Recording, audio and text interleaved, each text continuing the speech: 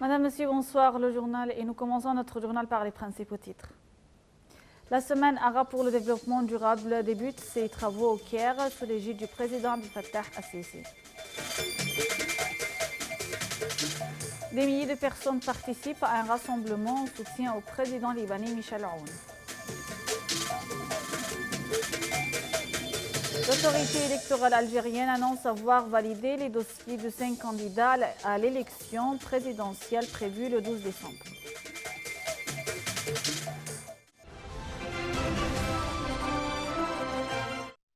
Le président Abdel Fattah al-Sisi a donné ses directives pour moderniser le système du transport en Égypte et renforcer les capacités de ce secteur axial. Au cours de sa réunion avec le Premier ministre et les ministres du Transport et de la Planification pour passer en revue la situation exécutive des projets en cours, le chef de l'État a également ordonné à accélérer les contrats avec les compagnies mondiales fournisseurs des trains et des nouveaux tracteurs pour la promotion des services présentés aux passagers ferroviaires. Le président al-Sisi a souligné la nécessité de l'exécution du monorail de la capitale administrative pour relier le nouveau Caire au 6 octobre et aux diverses banlieues du Caire, outre l'express reliant la ville de la Alamein à Ain al-Sokhna. Sur un autre plan, le président al-Sisi a assuré l'importance spéciale du chemin de fer et son influence directe sur des millions de citoyens, tout en ordonnant de maintenir les mesures de sécurité. Au cours de son entretien avec le PDG de la compagnie américaine PRL, Progress Rail Locomotive pour les chemins de fer, le président a examiné la coopération entre le ministère du Transport et la compagnie américaine pour la fourniture des nouveaux tracteurs ferroviaires et la modernisation et l'amélioration de l'efficacité des tracteurs du ministère. Cette coopération s'inscrit dans le cadre des efforts de l'État à développer l'organisme du chemin de fer afin de réaliser une mutation qualificative au niveau du service présenté aux citoyens.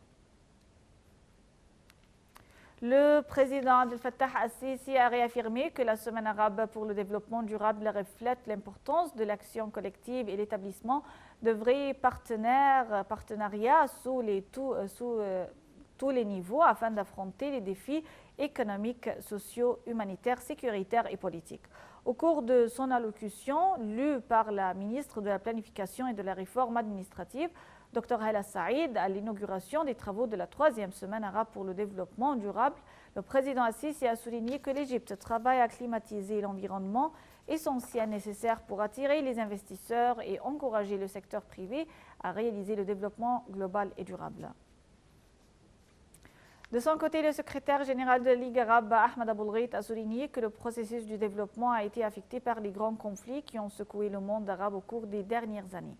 Lors de l'inauguration de la Semaine arabe, M. Aboulghait a indiqué que les dossiers des réfugiés, des déplacés et des risques sécuritaires grandissants ont épuisé les budgets publics et lourdement pesé sur les plans du développement. M. Aboulghait a d'autre part souligné que l'élimination de la pauvreté jusqu'à l'an 2030 est l'un des plus importants objectifs du développement durable. Il a appelé des décideurs politiques et des preneurs de décisions dans le monde arabe à profiter du rapport sur la pauvreté multimensuelle pour concevoir des politiques et des solutions à ce phénomène. Le chef de la diplomatie Sameh Shoukry est attendu à la capitale américaine Washington à l'invitation de l'administration américaine. M. Shoukry doit participer aux réunions des ministres des Affaires étrangères de l'Égypte, du Soudan et de l'Éthiopie en présence de la Banque mondiale pour discuter du barrage de la Renaissance prévu le 6 novembre du mois courant. Selon un communiqué du ministère des AE, M. Shoukry aura des consultations avec les divers responsables américains sur les relations bilatérales et les dossiers d'ordre régional et international d'intérêt commun.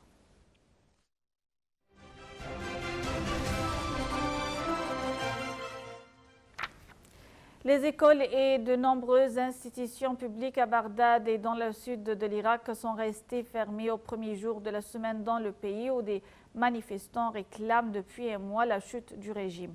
La contestation née le 1er octobre a été marquée par des violences meurtrières. Selon un bilan officiel, au moins 257 personnes ont été tuées. Alors que les militants multiplient les appels à un mouvement de désobéissance civile, la déclaration de grève générale du syndicat des enseignants paralyse aujourd'hui la plupart des écoles publiques de la capitale et du sud. À Bagdad, le bastion chiite de Sadr City est entièrement bouclé avec des routes coupées par les manifestants comme dans d'autres quartiers de l'est de Bagdad. Des milliers de personnes ont participé aujourd'hui à un rassemblement en soutien au président Michel Aoun, confronté depuis plus de 2 semaines à un soulèvement populaire inédit contre l'ensemble de la classe dirigeante libanaise. Des manifestations anti-pouvoir sont-elles prévues dans l'après-midi au cœur de Beyrouth, sur la place des Martyrs, épicentre de la contestation depuis le 17 octobre.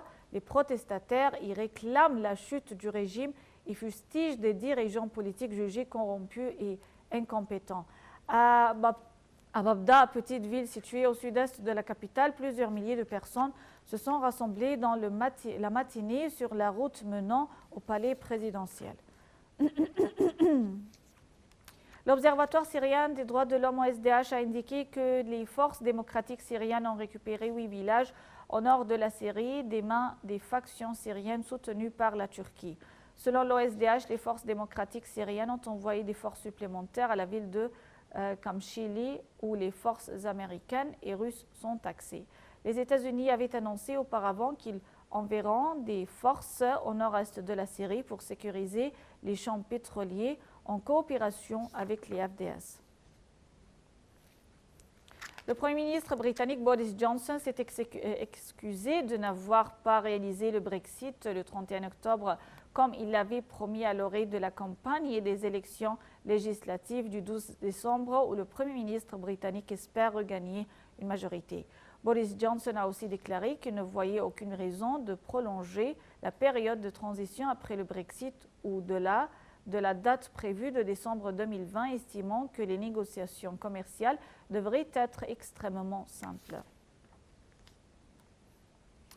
L'autorité électorale algérienne a annoncé avoir validé les dossiers de 5 candidats à l'élection présidentielle prévue le 12 décembre, dont ceux de 2 ex-premiers ministres du président déchu, Abdelaziz Bouteflika.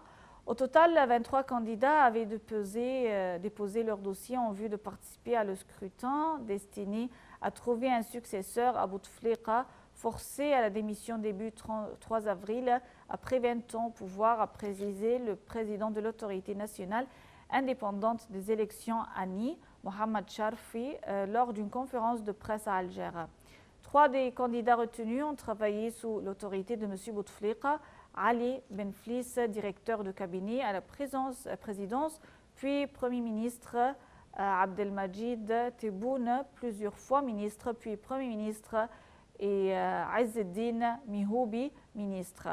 Le 4e candidat est Abdelkader Ben Grina, ancien ministre du Tourisme et ancien député d'Alger, issu d'un parti qui a soutenu M. Bouteflika. Le 5e, Abdelaziz Balaïd, a notamment fait partie d'organisations de jeunes qui ont aussi soutenu l'ancien président.